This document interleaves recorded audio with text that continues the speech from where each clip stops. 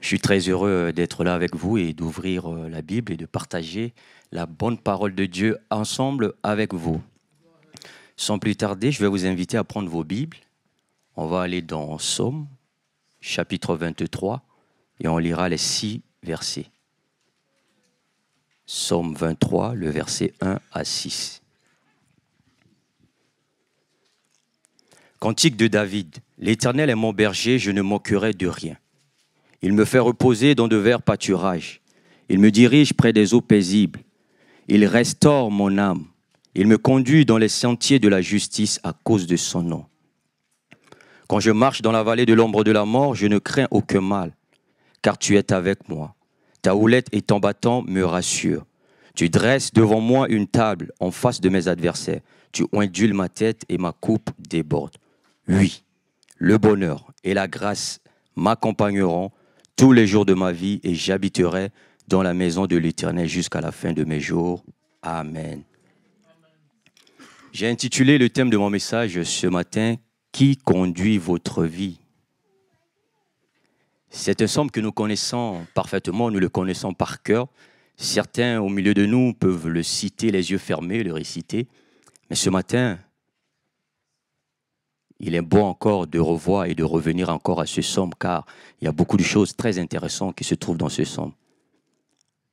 Pour moi, ce qu'il faut savoir, c'est que conduire signifie guider, contrôler et diriger.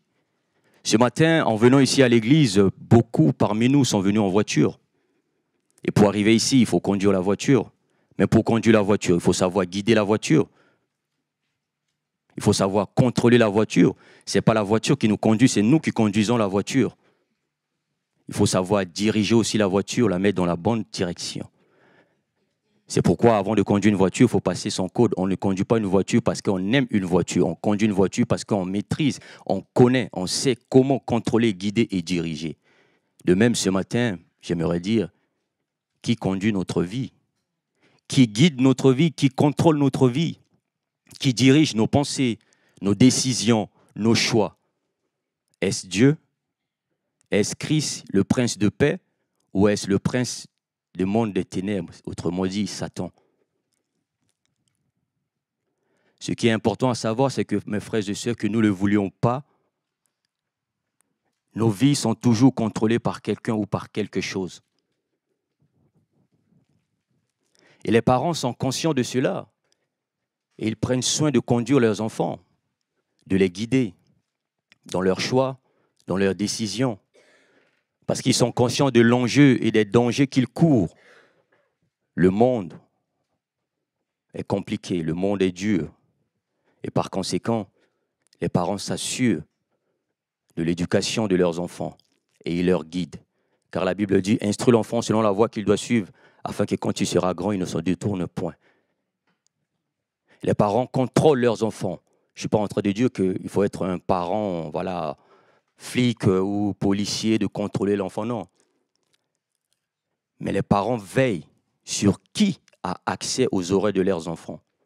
C'est pourquoi très souvent, ils invitent les amis de leurs enfants à la maison pour voir comment ils pensent, comment ils voient les choses, comment ils perçoivent les choses. Est-ce qu'ils partagent la même foi? Parce que la Bible dit que les mauvaises compagnies corrompent les bonnes mœurs. Et ils prennent soin de contrôler. Parce que celui qui a accès à nos oreilles, aux oreilles de nos enfants, peut-être de nos conjoints, de notre époux et épouse, peut et pourra détruire notre vie. Car dans la Bible, Adam n'a pas su veiller sur les oreilles de sa femme. Et on a vu les conséquences qui ont découlé. C'est lorsqu'elle a entendu qu'elle a vu que l'arbre est très bon à manger et elle a mangé. Je me suis dit, si Adam avait su veiller sur les oreilles de sa femme, elle n'aurait pas peut-être succombé à la tentation du serpent.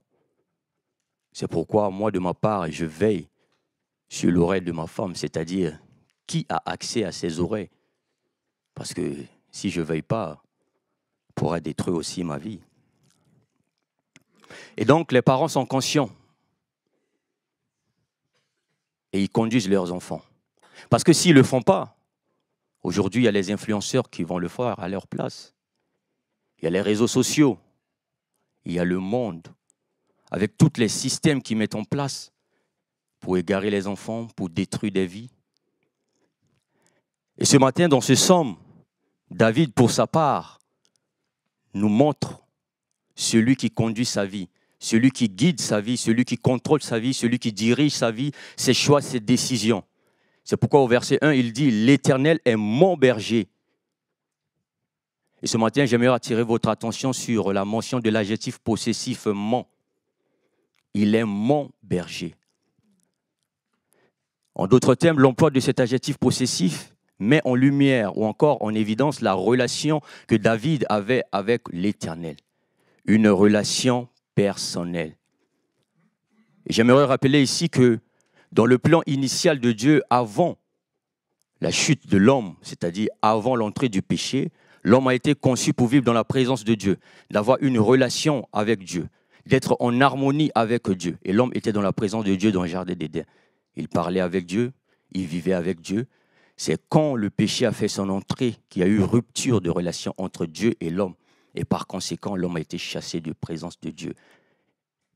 Et toutes les catastrophes que nous vivons, que nous voyons autour de nous, sont les conséquences de cette rupture de l'homme avec son Créateur. Pourquoi je dis ça? Parce qu'il faut savoir que la vie chrétienne est avant tout une relation avec le Créateur, et non une adhésion. Ce n'est pas simplement le fait d'adhérer à un mouvement, à une dénomination, à un groupe. Bien sûr que je ne suis pas contre ces choses. Je ne suis pas en train de dire de ne pas venir à l'église, de ne pas avoir une assemblée. Mais je suis en train de dire que la vie chrétienne va au-delà de ces 4 murs. C'est d'abord une relation avec la personne de Christ, de Jésus, celui qui nous a sauvés, celui qui a donné sa vie pour nous.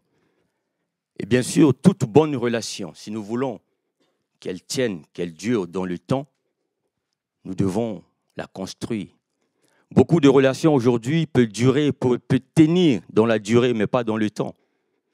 Toute relation qui dure, quand nous regardons nos frères aînés, nos sœurs aînées, qui ont duré dans la foi, ils l'ont construit. Ils ont construit cette relation avec Dieu.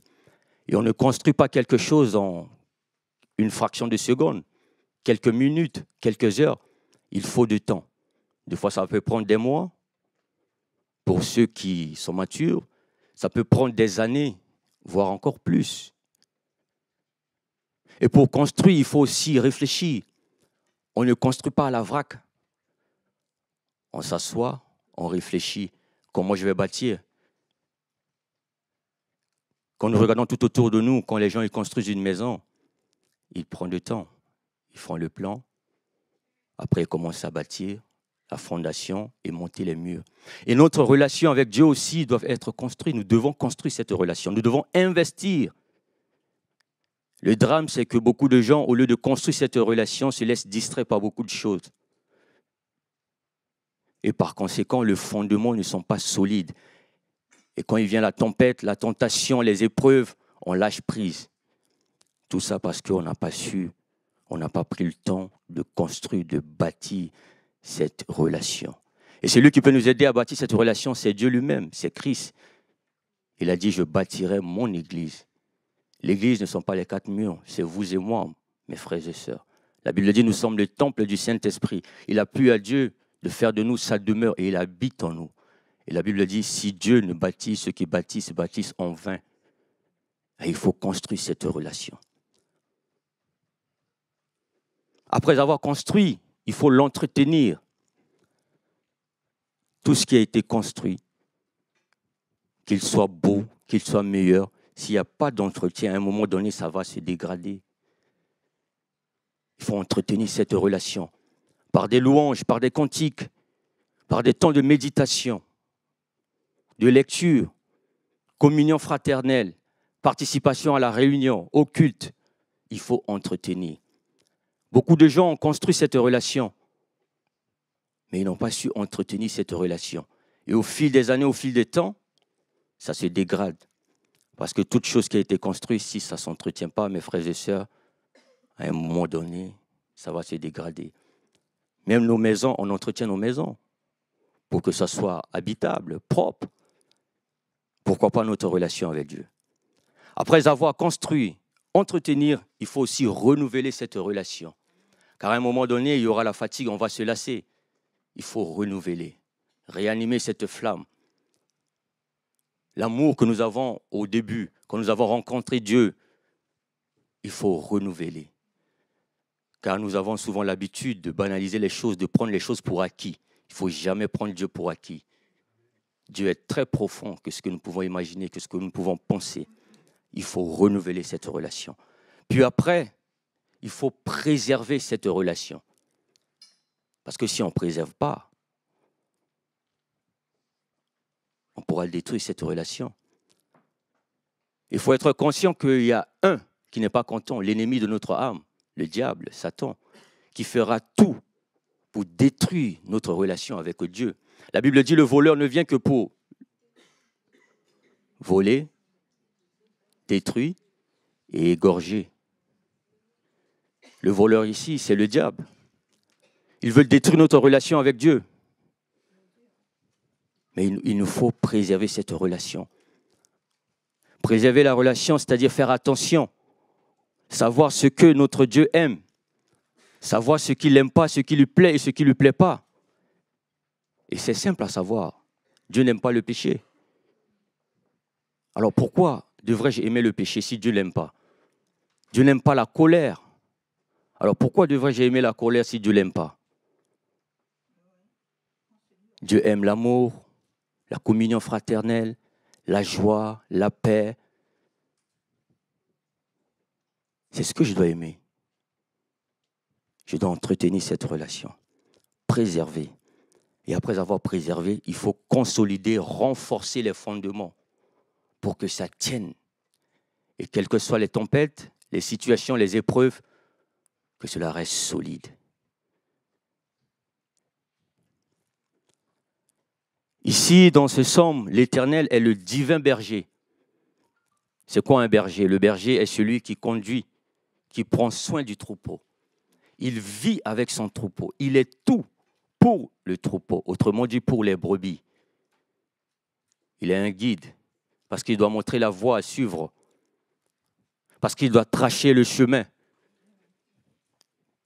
Autrement dit, les brebis seront égarées, perdues. Il est un médecin. Par moments, les brebis peuvent être blessées. Il doit panser la plaie, il doit guérir la plaie, il doit cicatriser la plaie. Il est un protecteur par-dessus tout. Parce qu'il y a les loups, il y a les voleurs qui sont là, il faut protéger les brebis.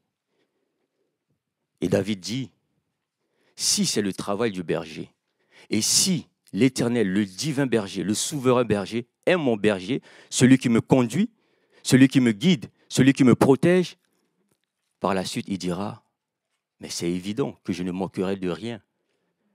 Et donc nous comprenons que si nous n'avons pas compris ça, le mot ici, on ne peut pas se permettre de dire que je ne manquerai de rien. David, lui, il était conscient de ce qu'il disait.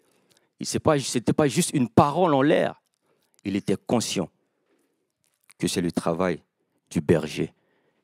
Et si c'est l'Éternel, il prendra soin de moi. Je ne manquerai de rien. Cela ne veut pas dire que je ne manquerai pas de tout.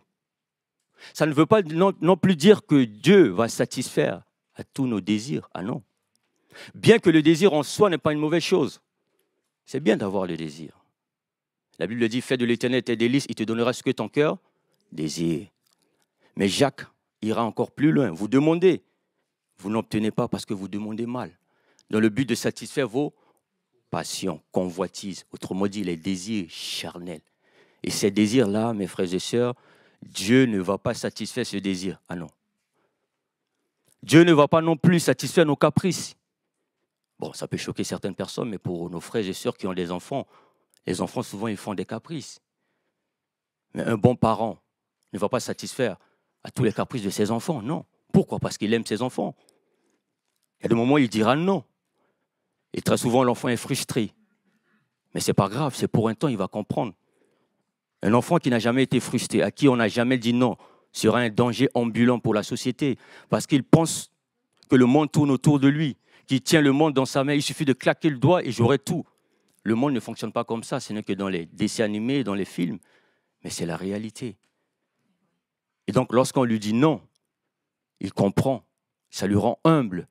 Et il se dit que voilà, dans la vie, on ne peut pas tout avoir comme ça. Il y a des principes, il y a des étapes à franchir, il y a des niveaux à franchir.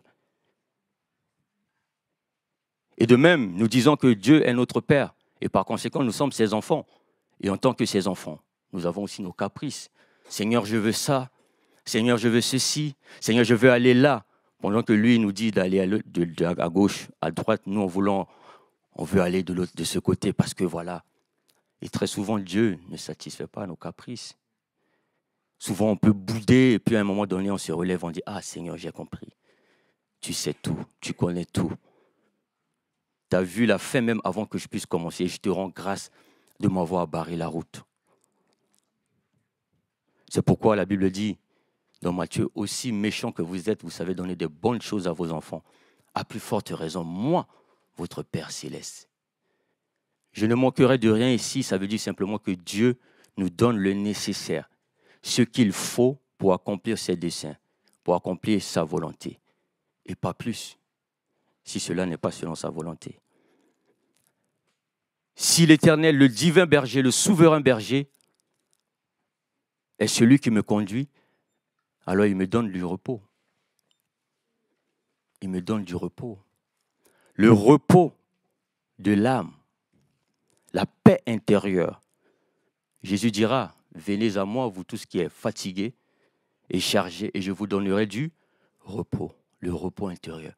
Fatigué de ce monde, fatigué des épreuves, fatigué de cette vie, fatigué de ce monde avec ses systèmes de pensée, systèmes de fonctionnement, chargé par le poids des épreuves, des souffrances, accablé par diverses choses. Il a dit, venez à moi pour recevoir cette paix intérieure. Et nous savons que la paix, c'est le fruit de l'esprit. Cette paix que Dieu nous donne, cette paix intérieure, cette paix de l'âme, est indépendamment des circonstances, des événements extérieurs. C'est une paix intérieure.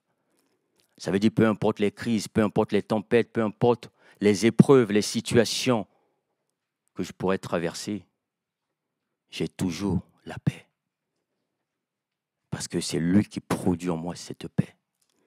Il me fortifie, il m'encourage. Aujourd'hui, le monde cherche la paix, mais il le cherche au mauvais endroit. L'ONU fait ce qu'il peut, le gouvernement fait ce qu'il peut, mais le véritable paix vient de Dieu, car il est le prince de paix. C'est vers lui que nous devons tourner. Il nous donne du repos. Il nous donne la direction à suivre. C'est le rôle du berger. Et si c'est l'Éternel, le Tout-Puissant, le Souverain, le Créateur, qui est mon berger, alors il me donne la direction. Mais pour que Dieu me dirige, il me faut renoncer volontairement à moi-même, au moi, l'ego. Je sais tout, je connais tout, je peux tout. Il me faut renoncer à ça. Ma vie passée, ma propre volonté, et m'abandonner entre ses mains. Dis, Seigneur, tu sais tout, tu connais tout, je te fais confiance. Guide, dirige ma vie. Si nous ne nous abandonnons pas entre ses mains, si nous ne renonçons pas volontairement à nous-mêmes, Dieu ne pourra pas nous guider. Car il a dit, je t'instruirai et te montrerai la voie que tu dois suivre. Je te conseillerai et j'aurai le regard sur toi. Psaume 32, 8. Alors, comment Dieu peut nous instruire si on pense tout savoir, si on pense tout connaître? Il ne sera pas d'une utilité pour nous. Comment il peut nous montrer la voie à suivre si nous-mêmes nous disons que voilà, on a emprunté la bonne voie? Il ne pourra pas le faire. Pas qu'il n'a pas la capacité de le faire, mais il doit le faire avec notre accord. Dieu ne viole pas les principes. Il veut que ce soit nous qui l'invitons. Comment va-t-il nous conseiller si on se dit de toute façon, moi j'ai besoin de personne, je me suffis à moi-même, et Dieu ne va pas le faire. Même Jésus, qui est notre modèle par excellence, s'est renoncé à lui-même pour accomplir le plan merveilleux et glorieux de Dieu pour l'humanité, pour vous et moi. Personne ne l'a forcé. Il a renoncé pour un temps à certains de ses privilèges pour venir vers nous, parce que le monde était en chaos. Le monde était sous l'emprise du malin. Il a vu notre misère, il a vu notre souffrance. Il s'est identifié à nous. Il a vécu comme nous. À un moment donné, il a eu soif, il a eu faim, il a eu sommeil. Ce sont des choses qui caractérisent un être humain. C'est pourquoi la Bible dit qu'il est 100% Dieu, 100% homme. Il est venu. Il a renoncé. Alors si nous voulons suivre Jésus, si nous voulons vraiment qu'il nous conduise, il faut renoncer à nous-mêmes.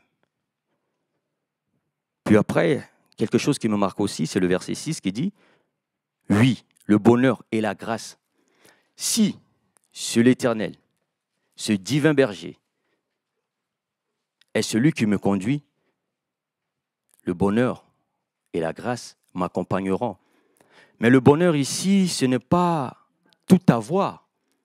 Ce n'est pas de posséder des matériels, avoir des biens.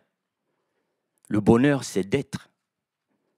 C'est être avec Dieu, appartenir à Christ. Si nous revoyons le contexte ici, c'est parce que David dit que l'Éternel est son berger qu'il dit « le bonheur m'accompagne ». Mais le monde associe le bonheur avec les matériels. Il faut posséder, il faut que j'ai ça. Je ne suis pas en train de dire de ne pas posséder des choses. Acheter une maison, c'est bien pour vos enfants aussi. Mais le danger ici, c'est de faire de ces choses notre source de bonheur. C'est ça le piège. La source de notre bonheur, c'est Dieu. La source de notre bonheur, c'est Jésus. Peu importe ce qu'on peut posséder sur sur cette terre, on ne va pas amener toutes ces choses au paradis, on va les laisser ici. On n'est que des passagers, des voyageurs. On est là pour un temps, pour servir l'intérêt du royaume. À un moment donné, on laissera toutes ces choses.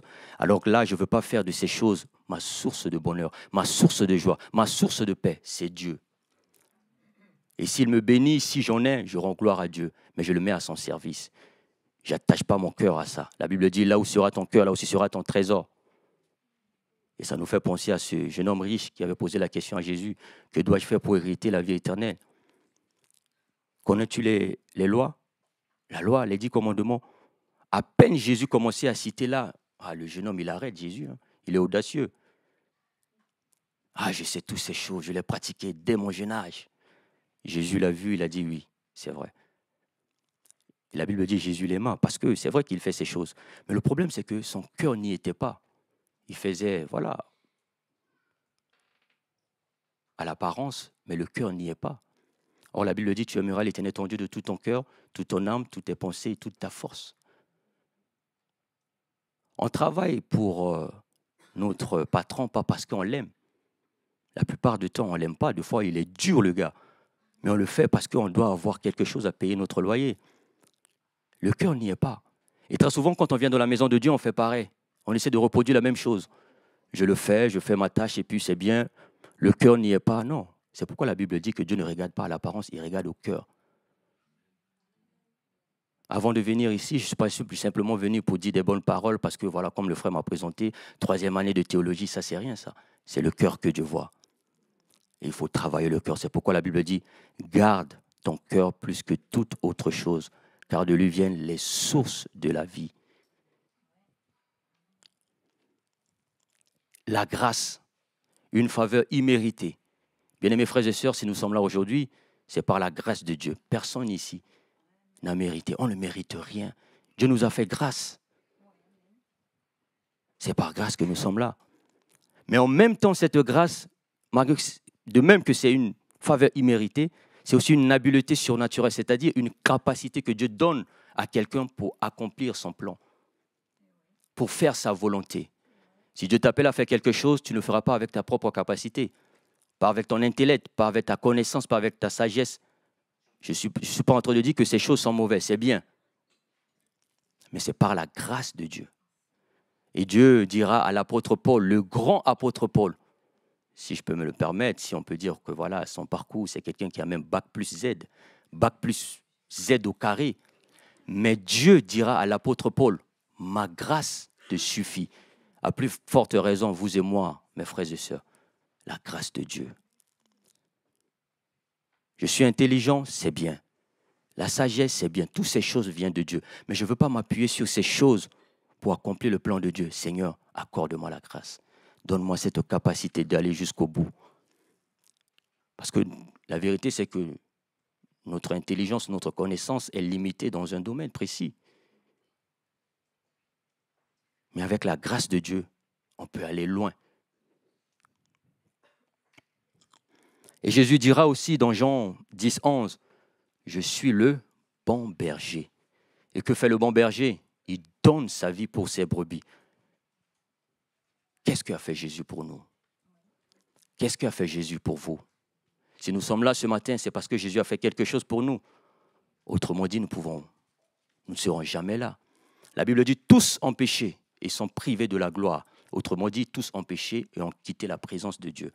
Pas un seul, même pas une seule personne qui faisait le bien. Personne. Si Jésus n'était pas allé à la croix, si son sang n'était pas versé, eh bien, mes frères et sœurs, personne ne sera ici. Personne. Ce bon berger, il a donné sa vie. Ce monde, cette terre, n'était même pas structurée pour recevoir Jésus, le glorieux, le tout-puissant, notre Sauveur, le Saint. Ce monde de péché, où règne la misère, les ténèbres n'étaient pas structurées pour le recevoir. Mais malgré tout, il est venu. Pas comme un roi, pas comme un puissant, comme on a l'habitude de voir à la télé et des hommes, mais il est venu comme nous pour nous dire, je compatis à votre souffrance, je sais ce que vous vivez, je sais ce que vous traversez. Je suis venu donner ma vie. On ne lui a pas ôté la vie, on n'a pas ôté la vie de Jésus, non. Ce n'est pas les soldats romains qui ont ôté sa vie, c'est lui-même qui a donné sa vie. Il a dit, j'ai le pouvoir de donner, de reprendre ma vie. Il a donné, il a fait par amour pour vous et pour moi. Je suis le bon berger. C'est pourquoi Jésus dira, s'il est le bon berger, c'est lui qui doit nous conduire. C'est pourquoi il a dit, je suis le chemin, la vérité et la vie. Il n'a pas dit, je suis un chemin. S'il disait, je suis un chemin, cela sous-entend qu'il est un chemin parmi tant d'autres. Mais il a dit, je suis le. Ça veut dire l'unique, le seul. En dehors de Jésus, il n'y a pas un autre chemin. Le chemin qui mène au bonheur, le chemin qui mène au succès, le chemin qui mène à la joie s'appelle Jésus. Il n'y a pas un autre. Tout autre chemin est vain, c'est temporaire, c'est pour un temps. Mais ce chemin-là, c'est pour la vie, c'est pour l'éternité. Alors moi, je préfère emprunter ce chemin que d'autres chemins. Merci, ma sœur. Alléluia. Alors, si Jésus est mon berger, je ne peux pas être constamment dans les mauvaises choses. Jésus ne peut pas être mon berger et je me plais à vie dans le mensonge. Ah non. Il a dit que le diable, c'est lui le père de mensonge. Mais ce n'est pas Jésus. Donc, Jésus ne peut pas être mon berger et puis je suis constamment dans des mauvaises choses. Le mensonge, la méchanceté, la haine, la rancune, la colère, l'impudicité, la fausseté, l'idolâtrie. Si le bon berger, Jésus, est celui qui me conduit, par conséquent, je ne dois pas vivre ces choses, je ne dois pas demeurer dans ces choses, je ne dois pas être dans ces choses. Il peut arriver par moments que je trébuche. Mais la Bible dit, le juste tombe et se relève. Si nous regardons bien, le juste tombe et se relève. Ça veut dire que le fait que tu tombes n'impressionne pas Dieu. N'étonne pas Dieu. Parce qu'il dit, le juste tombe et se relève. Quand quelqu'un tombe, la personne qui le pointe de doigt, c'est l'ennemi de notre âme, c'est le diable, ou certains frères aussi. Ah, le frère là, ah, il est tombé. Ah, tu vois, la sœur, il est tombé. Mais Dieu, s'il a dit, le juste tombe et se relève, en fait, ce que Dieu lui regarde, c'est ta capacité à te relever. Un exemple simple. Quand une personne adulte tombe, qu'est-ce qu'il fait? La première réflexe, c'est de se lever et de regarder si quelqu'un m'a vu. Mais quand un enfant tombe, un enfant de 3 ans, 4 ans, 5 ans, quand il tombe, il pleure, il crie. Même si c'est à minuit, les parents vont se lever pour venir à ses petits soins. Pourquoi? Parce que c'est un enfant. Et très souvent dans l'église, il y a aussi des enfants, des gens qui sont tombés, mais quand ils viennent à l'église, ils veulent tout afficher, voilà. Oh, je ne vais pas bien, mon frère. Oh, là, là, li. Mais quand une personne adulte, il tombe, il se relève. Je ne suis pas en train de dire ou d'inciter les gens, d'encourager les gens à vivre dans des choses qui ne glorifient pas Dieu. Je suis en train de dire qu'il peut arriver un moment où il peut arriver un moment où tu tombes, mais relève-toi. Comment se relever? Va dans la présence de Dieu, va à la croix, crie à Dieu, Seigneur, aide-moi. La Bible dit que c'est lui qui donne le vouloir et le faire. Sans moi, vous n'êtes rien. Pas moi, Jésus, vous n'êtes rien. Et donc le juste n'est pas celui qui ne tombe jamais. C'est faux, c'est ce que l'ennemi veut nous faire croire. Il peut m'arriver de tomber et je me lève. Il peut dire, ah oui, mais tu vois, tu es tombé. Ok, mais Jésus a payé le prix pour moi. Je suis tombé, c'est vrai. Mais il me tend la main. Pierre, le courageux. Quand il a vu Jésus marcher sur l'eau, tout le monde avait peur. Il a dit, c'est un fantôme. Jésus a dit, c'est moi. Il a dit, si c'est toi, ordonne que je vienne. Et qu'est-ce que fait Jésus? Viens. Sur la parole de Jésus, Pierre s'est levé. Il avait la foi. En d'autres termes, tout a été créé par la parole. Et par conséquent, même la nature entend et obéit à la voix du Créateur. Et donc, le moment où Jésus a dit la parole, l'eau s'est solidifiée. Il a posé ses pieds. Ça a marché. Il a commencé. Il a posé le deuxième pas. Et en ce moment-là, il y a le requin qui sort. Crocodile qui sort. Après, Pierre a dit, ah, je l'ai vu. Et qu'est-ce qu'il a fait? Il a eu peur. Et une fois que la peur a été conçue, elle a engendré le doute. Et une fois que Pierre a douté, il a paralysé l'action de Dieu dans sa vie. Et il est tombé. Mais quand Pierre commence à s'enfoncer, qu'est-ce qu'il a dit? Jésus, sauve-moi. Le juste tombe et se relève. Quand le malheureux crie, l'Éternel entend. Donc même si, peut-être dans certains domaines, tu es tombé, relève-toi. Ce n'est pas la fin du course. Continue la marche. La fin vaut mieux que le commencement. Dans le milieu du parcours, il peut passer beaucoup de choses. Mais le plus important, c'est arriver au bout. Alors, si Jésus est vraiment celui qui me conduit, je marche dans la vérité. Il a dit, je suis le chemin, la vérité et la vie. J'aime la vérité. S'il est mon berger, celui qui me conduit, je marche dans la lumière. Il n'y a pas de cohabitation entre les ténèbres et les lumières. Ah non. Nous sommes fils de lumière. Il est la lumière. Il nous éclaire. S'il est celui qui me conduit, je marche dans l'amour. Car Dieu est. Il est amour. Hein? La Bible a dit, il n'est pas dit, il a l'amour. Il ne possède pas l'amour. Ce n'est pas une possession. Il est. C'est sa personne, c'est son caractère, c'est ce qu'il est. Et donc, si Dieu est amour, il me rendra capable d'aimer. On ne peut pas aimer de nous-mêmes. On est limité. On peut aimer pour un temps. À un moment donné, on va s'enlacer. Mais celui qui est amour, il va nous remplir. Il va remplir notre réservoir pour nous permettre d'aimer même des frères et des sœurs qui sont compliqués. C'est vrai, il y en a, ils sont compliqués. Hein? Mais quand Dieu remplit notre vie de son amour, on arrive à aimer notre frère. Les gens vont te dire, mais ouais, mais ce frère-là, j'y arrive pas. Il est trop compliqué. Mais comment tu fais à l'aimer? Mon frère, ce n'est pas moi, c'est Dieu. Le fruit de l'esprit, l'amour, ça vient de Dieu. S'il est celui qui me conduit, je marche dans la sanctification. Et oui, la Bible dit, recherchez la paix et la sanctification sans lesquelles personne ne verra le Seigneur. Personne ne verra Dieu. La sanctification. Beaucoup de gens sont conscients que Dieu est amour. Certes, c'est vrai, mais peu de gens sont conscients qu'il est un Dieu saint. Dieu est amour, oui. On vient de le voir, c'est son caractère, c'est sa personne. Mais l'amour de Dieu n'éclipse pas sa sainteté. L'amour de Dieu ne cache pas sa sainteté. Au contraire, l'amour de Dieu met en évidence sa sainteté. Il est amour et il est saint. Il est amour et il est juste. Il est amour, il est fidèle. Et donc, cela veut dire que ce n'est pas parce que Dieu est amour, voilà, qu'on doit s'approcher de Dieu n'importe comment. Non, ça ne marche pas, ça ne se passe pas comme ça. Il y a des protocoles. Il y a des préalables, il y a des choses à faire en amont avant de s'approcher de Dieu. Personne ici peut s'approcher du chef de l'État comme ça. Personne. Même pas un roi. Même un éleveur qui doit voir un roi. il va acheter quand même un costume. Bon, même pas costume, mais quand même chemise et parfumé un peu parce que c'est le roi. Pour aller faire l'entretien d'embauche, on ne va pas comme ça. Des fois, tu peux aller comme ça et puis tu viens, tu dis à maman, ouais, j'ai pas trouvé le boulot, mais ouais, toi aussi. Regarde comment tu t'es présenté. Il y a quand même des préalables. Alors, si on peut faire ça pour les hommes, à plus forte raison pour Dieu. Oh, tout le monde, oh, Dieu est amour. Bon, voilà, je vis dans le péché, je vis n'importe comment. Oh, Dieu est amour. Non. Ah non, il est saint. Il est amour, mais il est saint. Il nous aime, mais il n'aime pas le péché. Et puisqu'il nous aime, il fait tout pour nous purifier. Et il a fait.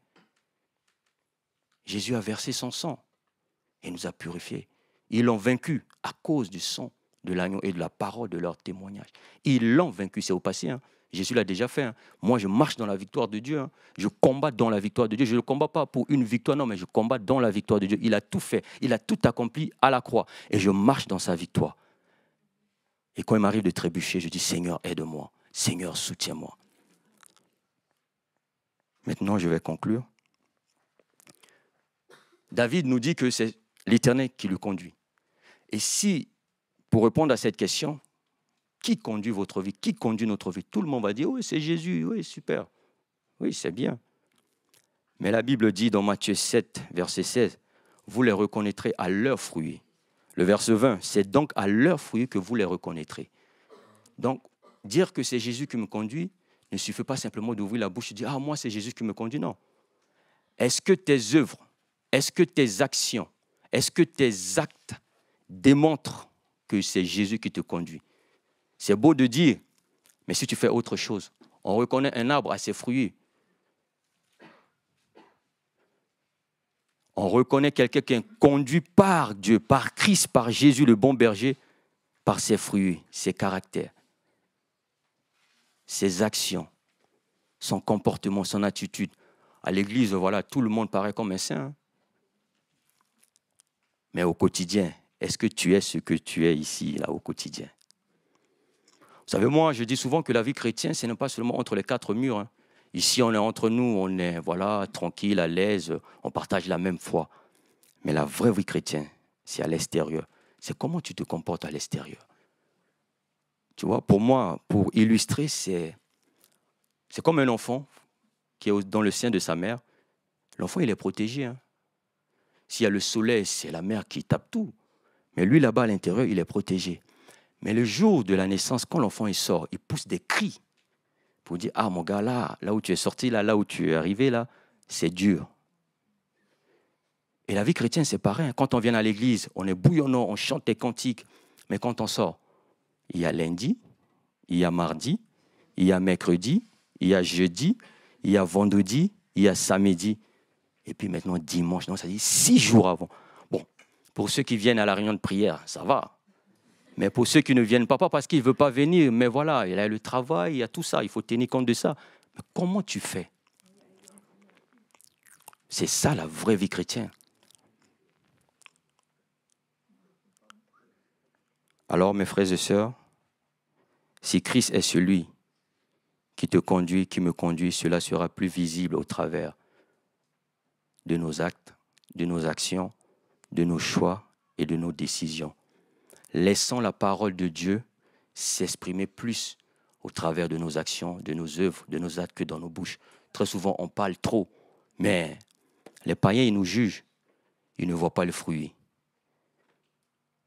Laissons pousser, laissons croître le fruit par nos œuvres. Que Dieu vous bénisse